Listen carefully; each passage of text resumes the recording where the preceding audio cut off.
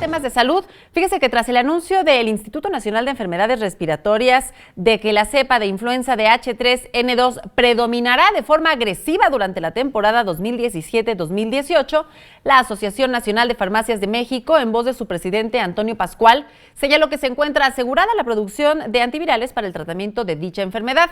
Pascual Ruiz recordó que el origen de las enfermedades es viral. Sin embargo, de no atenderse a tiempo, puede acompañarse de infecciones con bacterias, por lo que se administran antibióticos, los cuales no son un tratamiento para la influenza. Ponga atención. 500,000 unidades ya disponibles para cubrir una primera demanda, pero hay la capacidad, y este es algo muy importante que nos da